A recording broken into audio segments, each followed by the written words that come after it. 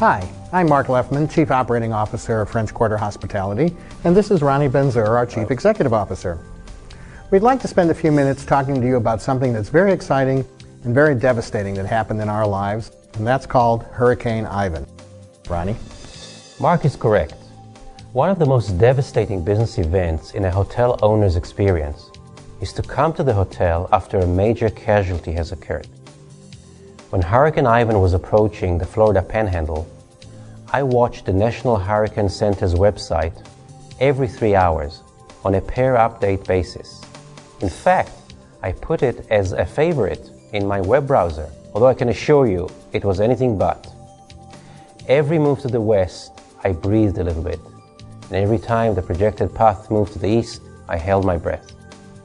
Ivan hit in the early hours of Thursday morning, September 16, 2004.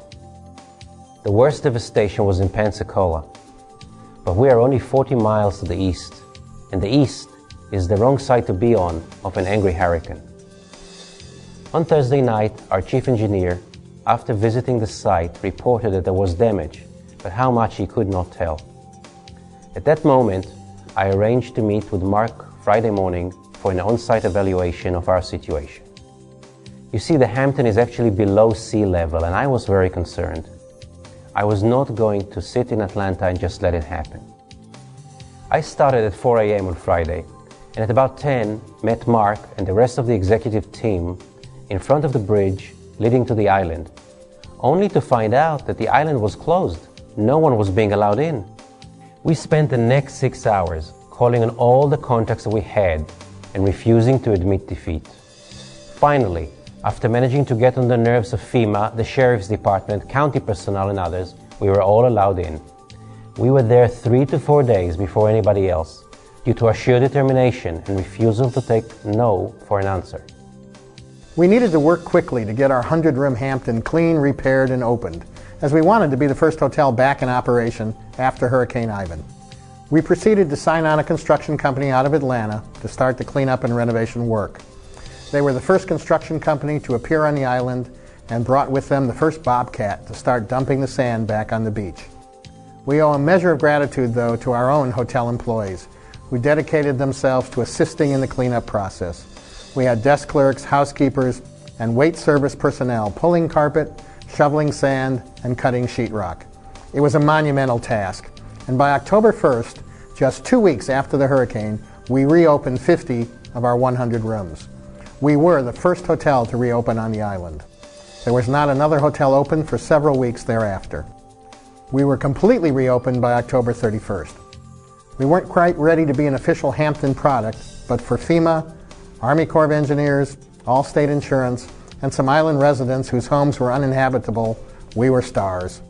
We also became very good friends with the Seminole County Sheriff's Department deputies, who were assigned to the island to provide security and help to the residents and businesses by opening our rooms to them, feeding them, and being neighborly. They helped us tremendously in getting our power, water, and gas turned on quickly. We are forever indebted to them. They proceeded to send us a wonderful letter of gratitude, and we can now speed through Seminole County whenever we want to. On December 16, 2004, we reopened officially as a Hampton Inn, while many other Fort Walton Beach hotels were just beginning or hadn't even started their renovations. We are reaping the rewards for being the first hotel opened, and still among the few on the island to be operational. We saved money in renovation by serving as our own general contractor, and this certainly helped us in getting our terrific hotel back up and running. Indeed, they did a great job. We negotiated an equitable settlement with the insurance company and are now in the process of progressing a project to add 40 suites to the hotel to make it even more successful. There is no doubt that the leadership demonstrated by Mark and the resourcefulness, dedication, and commitment shown by our management team were indispensable in shortening the time it took us to get back to full operation and in keeping control of the costs of doing so. Thank you for being with us.